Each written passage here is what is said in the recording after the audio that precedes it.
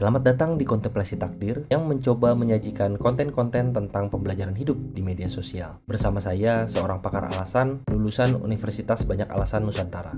Di episode pertama ini, saya ingin memulainya dengan buku Sang Alkemis yang ditulis oleh Paulo Coelho. Nah, kenapa buku ini? Saya ingat pertama kali membaca novel fiksi ini tahun 2003. Itu atas rekomendasi seorang teman kuliah. Buku Sang Alkemis yang saya baca saat itu adalah cetakan kedua, November 2000, yang diterbitkan oleh Pustaka Alfabet. Covernya hijau kalau nggak salah.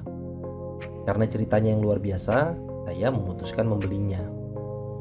Namun ternyata buku ini langka di toko buku. Saya sampai mencarinya ke penjual buku bekas di daerah Senen, Pasar Senen, namun tidak mendapatkannya juga. Sampai pada saat saya berulang tahun, seorang teman satu gereja memberikan buku Sang Alkemis cetakan ketiga, Oktober 2001, yang dibelinya di Gramedia Depok. Itu pun menurutnya buku ini tinggal satu-satunya stok yang tersisa di gudang, sehingga bukunya tidak mulus lagi seperti buku baru. Tapi tidak apa. Saat itu saya sangat senang karena akhirnya dapat memiliki buku Sang Alkemis. Menurut saya, Sang Alkemis yang bahasa aslinya tuh bahasa Portugis, judulnya tuh O Alquimista. Kalau ditulis tuh O Alquimista, adalah salah satu buku atau novel fiksi yang memberikan banyak gambaran saat kita sedang dalam proses meraih mimpi. Nah, dalam bahasa Inggris di cover depannya itu ditulis A Fable About Following Your Dream, atau secara harfiah dalam bahasa Indonesia menjadi sebuah dongeng tentang mengejar mimpimu. Nah, namun saya senang dengan terjemahan bahasa Indonesia. Di cover depan yang bahasa Indonesia itu terjemahannya menjadi sebuah novel spiritual tentang realisasi impian Anda.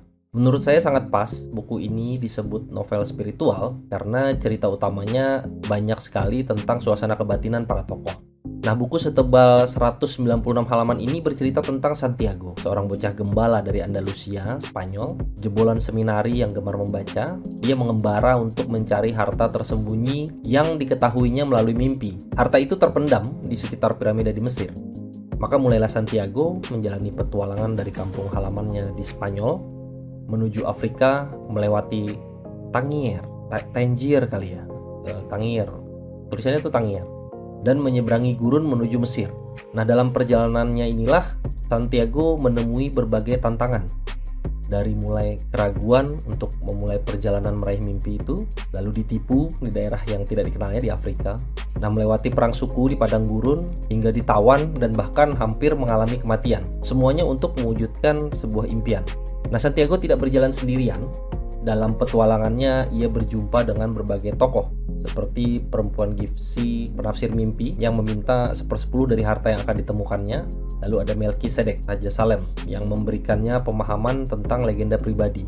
Ada penjual kristal yang ditumpanginya di Afrika, penjual kristal yang berkeinginan untuk menunaikan ibadah haji. Lalu ada orang Inggris yang ingin sekali menguasai alkemi. Lalu Sang Alkemis sendiri yang menunjukkannya jalan ke piramida. Dan tentunya Fatima, perempuan gurun yang menjadi cinta sejatinya. Bagaimana Santiago menjalani legenda pribadinya, mempelajari dan membaca pertanda, mengalami kemujuran pemula, belajar memahami bahasa dan jiwa buana, bahkan berbicara dengan gurun, adalah bagian dari cerita tentang proses pertumbuhan dirinya. Tentu saja di sana ada kepasrahan pada suratan takdir yang dalam bukunya disebut sebagai maktub. Ada ketetapan hati dan juga kebulatan tekad untuk meninggalkan kenyamanan yang selama ini telah dirasakannya. Selalu ada dilema, apakah ia harus tinggal menetap di kondisi saat ini dalam segala keterbiasaan, atau berjalan terus menggapai mimpinya yang belum pasti dengan risiko tidak sampai ke tujuan. Apa yang terjadi di akhir perjalanan Santiago? Apakah ia menemukan hartanya? Dan jika ia menemukan, bagaimana caranya ia menemukan hartanya? Silahkan baca bukunya ya. Sudah banyak sebenarnya channel atau artikel yang membahas buku ini. Karena buku ini selalu masuk di dalam sekian buku yang harus dibaca apa gitu. Jadi misalnya contoh 100 buku yang harus kau baca sebelum kau mati. Nah, buku ini selalu masuk nih. Dan tentunya banyak juga di antara kita yang sudah membacanya sampai selesai. Bahkan bukan hanya sekali, saya sendiri membacanya secara utuh dari depan sampai belakang itu sekitar 5-6 kali. Dan membaca penggalannya itu udah belasan puluhan kali mungkin ya. Karena ada bagian-bagian menarik memang dalam buku itu yang saya ingin ingat kembali secara spesifik. Jadi saya tidak akan membahas ceritanya secara lebih rinci. Tapi kenapa saya membahas buku ini di episode pertama pula? Nah, buku ini yang mengajarkan kita untuk tidak menyerah mencapai mimpi, yang di dalam bukunya itu disebut sebagai legenda pribadi. Bagaimana dijelaskan oleh Melkisedek, Raja Salem, adalah apa yang selalu ingin kita tunaikan. Pada titik kehidupan itulah semuanya jelas dan segalanya mungkin aja terjadi. Di usia itu kita tidak takut bermimpi dan mendambakan segala yang kita inginkan terwujud dalam hidup kita. Tapi dengan berlalunya waktu, kayaknya ada daya misterius gitu yang mulai meyakinkan bahwa mustahil bagi kita untuk mewujudkan legenda pribadi itu. Sementara dengan berlalunya waktu, kekuatan kita untuk meraih mimpi makin menurun. Kita kadang terbelenggu dengan kestabilan hidup. Hal itu tentu tidak salah jika kita kemudian menyadari konsekuensinya dan menetapkan hati untuk memilih kestabilan hidup dibanding mengejar mimpi. Manusiawi sekali kalau kita memilih hal yang sudah lebih pasti dibandingkan dengan apa yang belum jelas di masa depan. Dalam bukunya tergambar betul pada situasi Santiago dan ayahnya. Pada dasarnya Santiago menjadi gembala adalah karena keinginannya untuk melihat tempat-tempat baru. Orang tuanya sebenarnya ingin dia jadi pastor. Karena itulah dia dikirim belajar di seminari. Namun, keingintahuannya tentang dunia jauh lebih penting dibanding mengetahui Tuhan dan mempelajari dosa-dosa manusia. Jadi Santiago memilih menjadi gembala. Ayahnya pun akhirnya merestuinya. Tapi di dialog itu, di adegan itu, Santiago menyadari gitu dari pandangan mata ayahnya ada hasrat untuk bisa berkelana ke seluruh dunia. Hasrat yang masih menyala meski ayahnya menguburnya selama berpuluh tahun di dalam perjuangan untuk mendapatkan air untuk minum, pangan untuk makan, dan tempat yang sama untuk tidur setiap malam sepanjang hidupnya. Jadi menarik melihat bahwa Santiago tanda kutip tidak mengulang kesalahan ayahnya. Dan ayahnya pun merestuinya gitu, karena tahu bahwa kalau Santiago meneruskan pendidikannya di seminari menjadi pastor, besar kemungkinan Santiago akan mengalami hal yang sama seperti ayahnya sebetulnya, yaitu tidak meraih mimpi yang diinginkan. Nah, dalam perjalanannya Santiago belajar semua hal tentang pengembalaan selama kurang lebih 2 tahun. Ia tahu cara mencukur domba, bagaimana mengawasi domba betina yang hamil, dan bagaimana melindungi domba dari serigala-serigala. Ia kenal semua ladang dan padang rumput di Andalusia.